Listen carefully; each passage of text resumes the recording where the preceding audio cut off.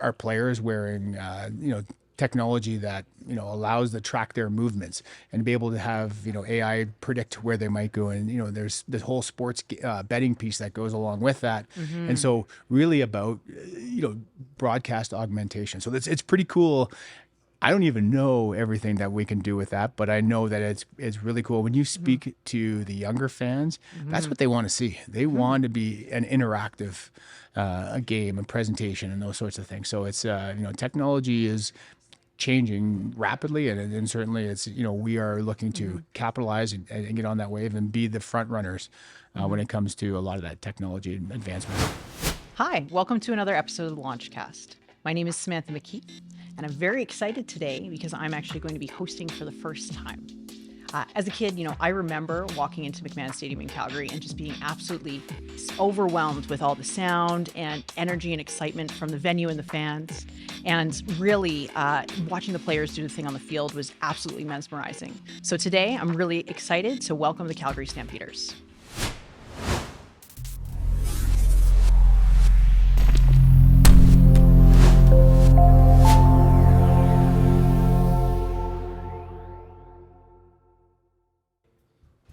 So today we have Jay McNeil, the Calgary Stampeders veteran, number 50, joining us.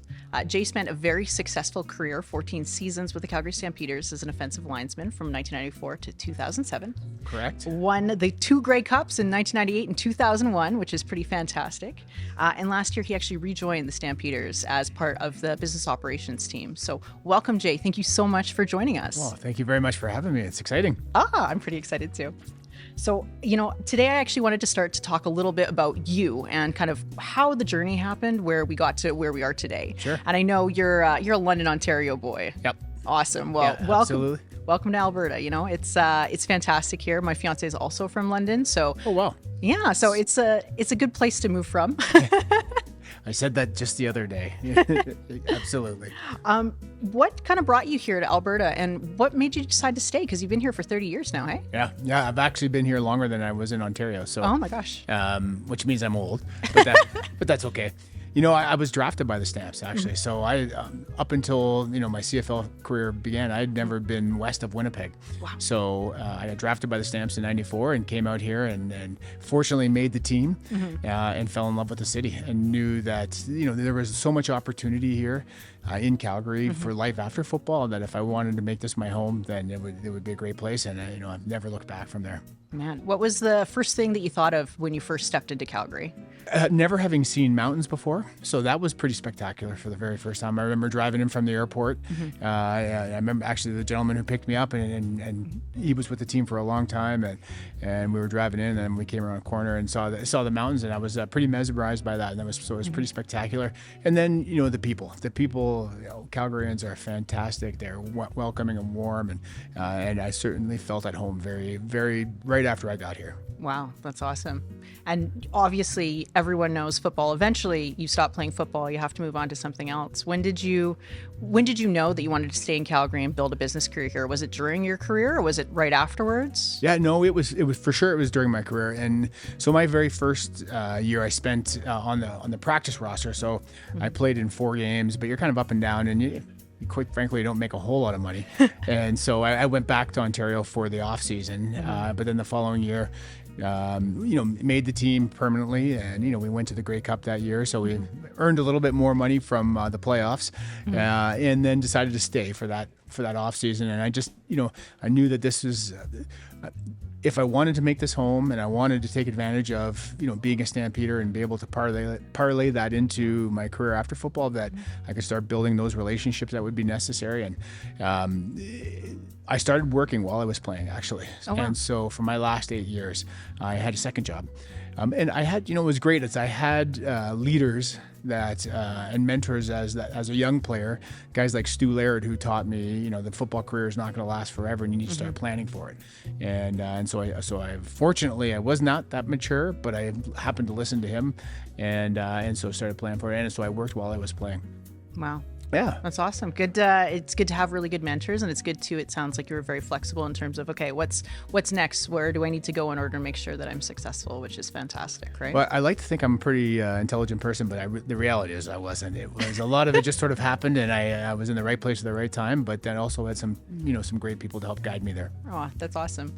And, especially for us, I don't know if you know too much about Launchcode, and that's okay. But really at the heart of it, we're a company that actually started in Edmonton. So we're no stranger to moving around a little bit. We've called Calgary our home since 2009. There we go. And we've actually really seen, especially in Alberta, the economy is really starting to diversify quite a bit. Oil and gas, energy, that's kind of where Albertan is at home with everything. But, tech right now is really big and starting to become very strong. Right. When we start looking at building your business career, how did that pivot from that being a player into the business side? Like, how was that for you? And what were some of the best things from that pivot? So I guess a couple things. Number one is that, because I was working while I was playing, the actual transition was easier. We lost in Regina on November 11th, and 2 days later I was starting, essentially my new career was taken off, although I had been working, but it was now a full-time thing. So that part was pretty easy. Really what helped me the most with that transition is what I learned playing football. I think sports teaches so much about life after football and real life, and, talk about hard work, perseverance, teamwork, leadership, passion. I could go on, but I think football more than most sports teaches that. And that really is what helped me be successful, because I used those same qualities to help me in my post-football career. A lot of grit too, I think I would say. A lot of grit. It's Absolutely. You need an Albertan business for sure. Right. But that's, very typical of Albertans, and how, the ingenuity and the hard work and the perseverance and we talk about companies that start up, whether it's tech or oil and gas. That's very characteristic of Albertans. And so if those characteristics just fit really well. Yeah, absolutely. When we start looking at your career, obviously going into business and then deciding to come back to the Stampeders and rejoin, what was that like walking back into the organization in a different capacity? Yeah, no, and that's a great question. So, a bunch of people have asked me, was this something, that I was planning for, or, and no, the answer is no. I was working in oil and gas, when I ended my career, and up until October of last year, I was still in oil and gas. And I was actually I was very happy with the company I was working with. There was lots of opportunity, and I was really enjoying it. Great people, and sort of a conversation about something else led to talk about a potential job with the Stampeders. Next thing you know, 3 weeks later, I had a job offer. So it happened really quickly. That is really quick. Yeah. But and this is the truth. The day that I walked in, I took a picture of the horse logo above our door and said, "I can't believe I get to do this for a living." So it was pretty surreal. I feel like I'm getting to live a second dream come true. So it's pretty cool. Oh my gosh, that's awesome. Yeah. It's it's sometimes the circle of life, it just kind of comes right back, which is awesome. Yep, amazing. Awesome. And from your time on the field, how has the Stampeders evolved? Not maybe just with the players, but also in the back office in your role. Yeah, it is quite different from when I played. So I guess from a team perspective, we have won 71% of our games under John Huffnagel and Dave Dickinson. So there is a real winning culture, and we had that while I was there as well. But we had a few years where it wasn't it's a little different. Wasn't too much fun. But 71% of our games, right? So the culture is we expect to win every time we take the field, and we expect to win off the field as well. So whether it's on the football field or in the boardroom, we expect to win in everything we do, which is an amazing culture to be a part of. And then just, the way the business is run. I mean, even just, media, traditional media doesn't exist as much as it did when I played. And so that's, getting used to, social media and, and how do you connect with fans is very different from the way it used to be. And so it's a bit of a learning process for me too. Yeah. Tell me a little bit about the audience behavior. Is that different than when you played? It is, in the sense, the way our audience consumes sports, and this is not, Stampeder specific or CFL specific. It's every sport. It's every sport, and the ability to have an unbelievable experience on a 50-inch TV at home in a climate-controlled environment with a cheap beer sitting in their fridge. It's easy, and it's quite enjoyable. And so we really have to, work to overcome that and really provide something at the stadium for a game day experience that you can't get on TV. Because it's become so easy, and you can get it on your phone anywhere. Yeah. And so we really have to be, quite creative in how we present our game and how we market to our fans. Can you help me understand what sort of creative things the Stampeders are doing to make sure that experience is a top notch? Yeah, absolutely. Well, and I mean, first of all, it starts with how do we market to our fans, and I think that is different. Before, we could let people know that there's a game coming by a newspaper. Everybody read the newspaper in the morning, front page, here we have a game next Friday. That doesn't exist anymore. So, creating awareness about, when we're playing, what's happening with the team. It's easy to reach the people who seek us out, right? Who follow our social media channels, who subscribe to our email insider, on those sorts of things. But for the average Calgarian, they don't. And so we have to go find them. And going to find them is not as easy as it once was, like I said, with a newspaper or on TV or on the radio. And those still exist to a certain extent, and we try to maximize that as much as possible. But it's getting creative, and how do we reach those fans that are not necessarily looking for us. And so we're doing that through social media. We talk about that on a daily basis. How do young people consume sports? How do they want to be reached? How do we get their attention? Because it's different than, I can sit in a seat for 3 hours and watch a football game and thoroughly enjoy it. My son, who is a sports fanatic, cannot sit still for 3 hours. So we got to do something to entertain him and to figure out a way to, he can't watch a movie for a couple hours without getting on his phone and all those sorts of things. So we have to, it's very different. And so we have to get creative in how we get people's attention, keep their attention, and give them something that they want to be. What we've found is people expect more than just a football game. They want an experience. They want something to happen before the game.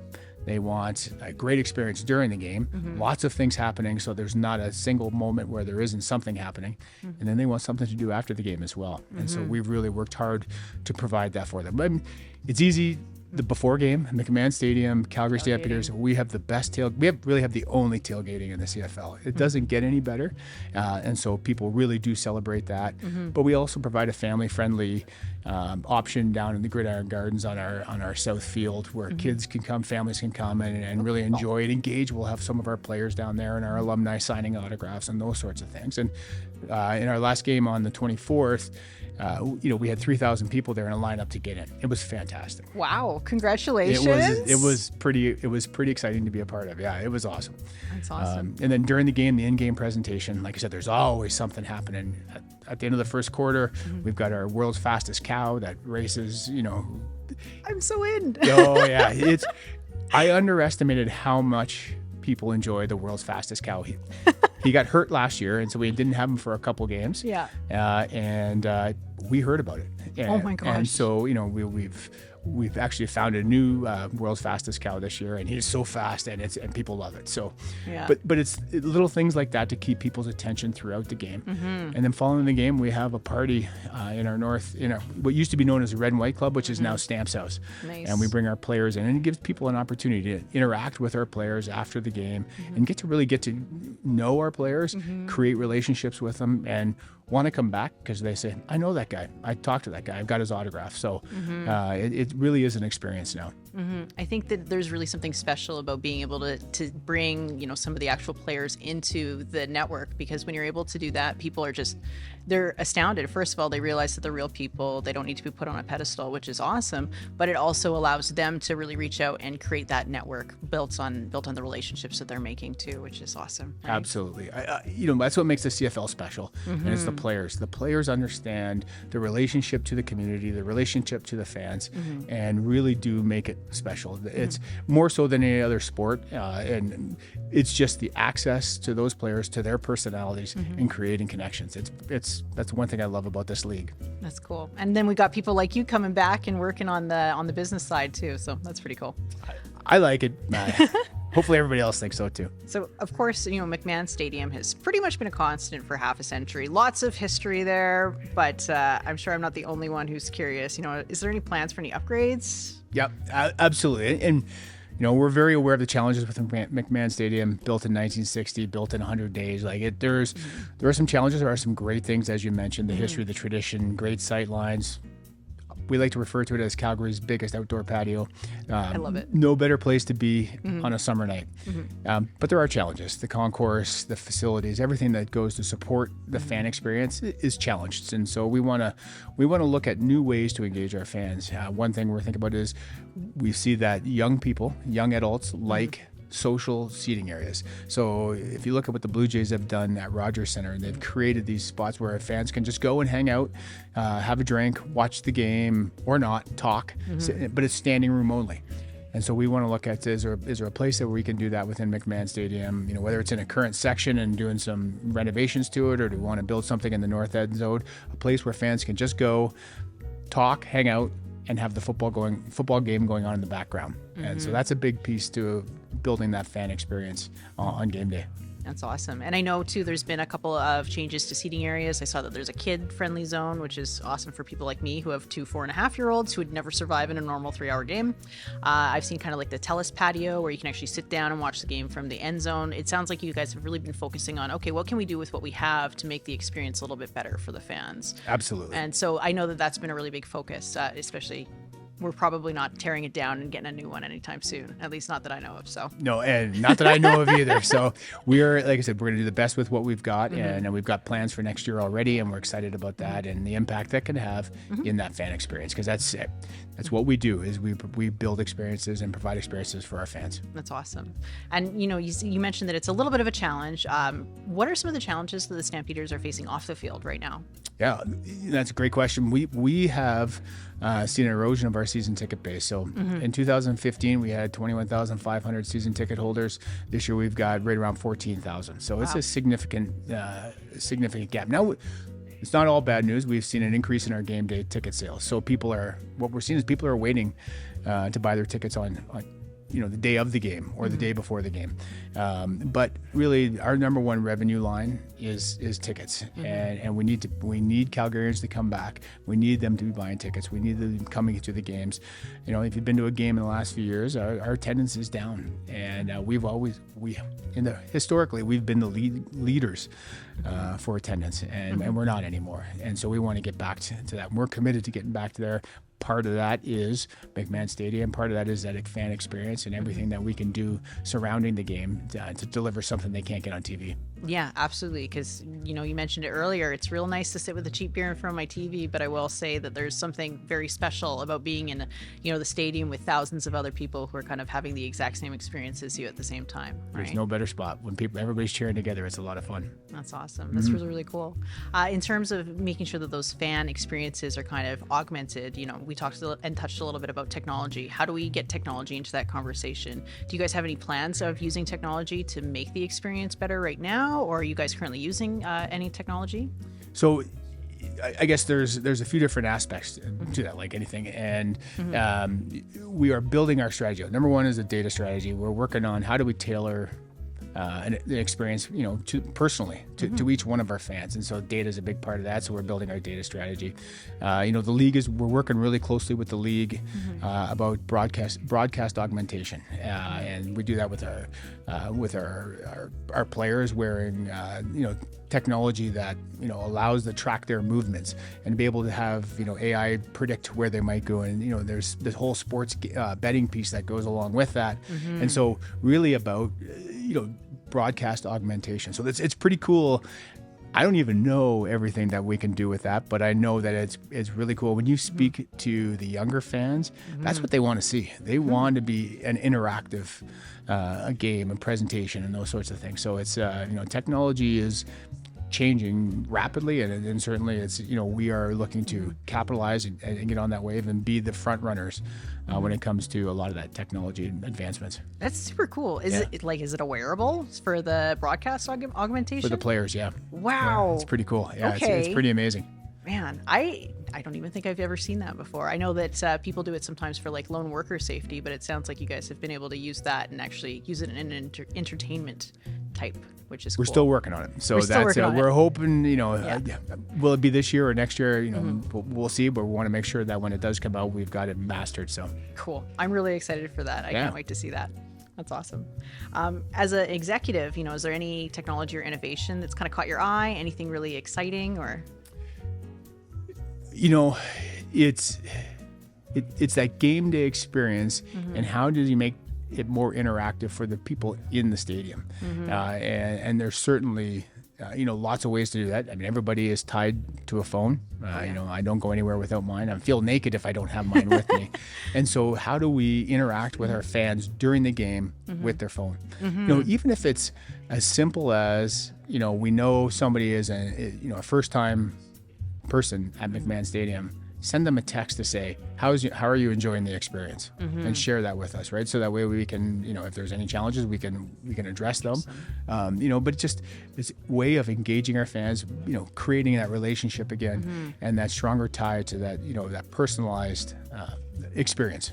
That's awesome. And I think too, you're able to tailor that experience to each fan that comes, because me, my first job was at McMahon Stadium. I worked there when I was 12. No one, get upset.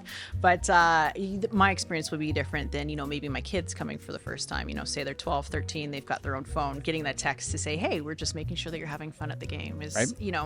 For a 12-year-old, that would blow my mind. But, I'm a little older than 12 now. Yeah, sadly, me too. That's awesome, though. That's a really innovative way to look at it. And then, of course, on the field, what's the number one goal for the Stampeders this season? It's to win a Grey Cup. Yes, it is. We're winners. That's our goal every year. Our first and foremost, anytime we take the field, we expect to win, and that includes winning the Grey Cup. So if we don't, it's a disappointing season, and that's great. I want to be a part of an organization that expects to win, because that's why we play the games. Yeah, 71%. That's a pretty high win ratio. So. It is. We have the longest playoff streak of any professional sporting franchise in North America. 17 years we've made the playoffs. So that's awesome. That's something to be proud of. Yeah, it's unbelievable when you think about it, right? So it's we're very proud of that tradition and what Huffnagel and Dickinson have built, and when players, they'll come and play and sign in Calgary just because they know that we're putting a winning team on the field, and there's going to be an opportunity to win the Grey Cup. That's awesome. Yeah. Obviously, as a Calgarian, I'm probably not going to catch the ball and run it down the field. I'm 5 feet tall and in heels. So what can we do off the field to help support the Calgary Stampeders? As obviously we want to try to win the Grey Cup. Yep. And that's a great question. It's ultimately we need people coming to the games. And I worked throughout this whole off season to reconnect with corporate Calgary, with individuals, and talk about why. I think that's the biggest piece. Why come and support the Stampeders? And I think the biggest reason is for the impact we have in the community. Last year, our players made 189 visits with charities, player appearances with charities. We worked with 52 different charitable organizations. We're looking to grow both of those numbers this year. We have a goal of 250 charity player appearances. We want to work with over 60 charitable organizations, and we've been doing that for since 1948. Wow. And and Calgary is such a great place, and players like me come to Calgary because of football, but we end up staying. And, that charity or that community involvement doesn't stop when you retire. It continues on, until you leave Calgary one way or another. And if we don't change, if people don't start coming to games, and if this team ever went away, there would be a hole that would be left in the community, because we have such a connection with the community, and we want to make sure that stays intact. And we want to empower you guys to continue doing these awesome things, this charity, this community involvement, and actually connecting and giving back to the community, because not every team does the work that we do in Calgary, especially in terms of giving back. Exactly. I like to summarize it with one statement: the Calgary Stampeders make Calgary a better city. And when I tell that to people, everybody nods their head and said, "You're absolutely right." And so that's the why. That's why I come. And then, why come again is because we're going to give you a great experience. That's awesome. I love it. Yeah.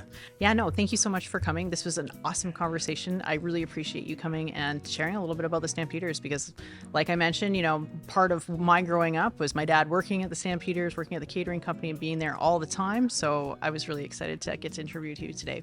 But before we go, I do have one last question for you. All right. So what's the best way for the community to get involved with the Stampeders? It certainly is number one, you could call our ticket office. or just reach out on the website stampeders.com. And our customer service staff are the best, and they will make sure that whatever it is you're looking for, we can take care of it for you. Yeah, I really loved how easy it was to talk about the special experiences too. The staff there is great. So yeah, that's awesome.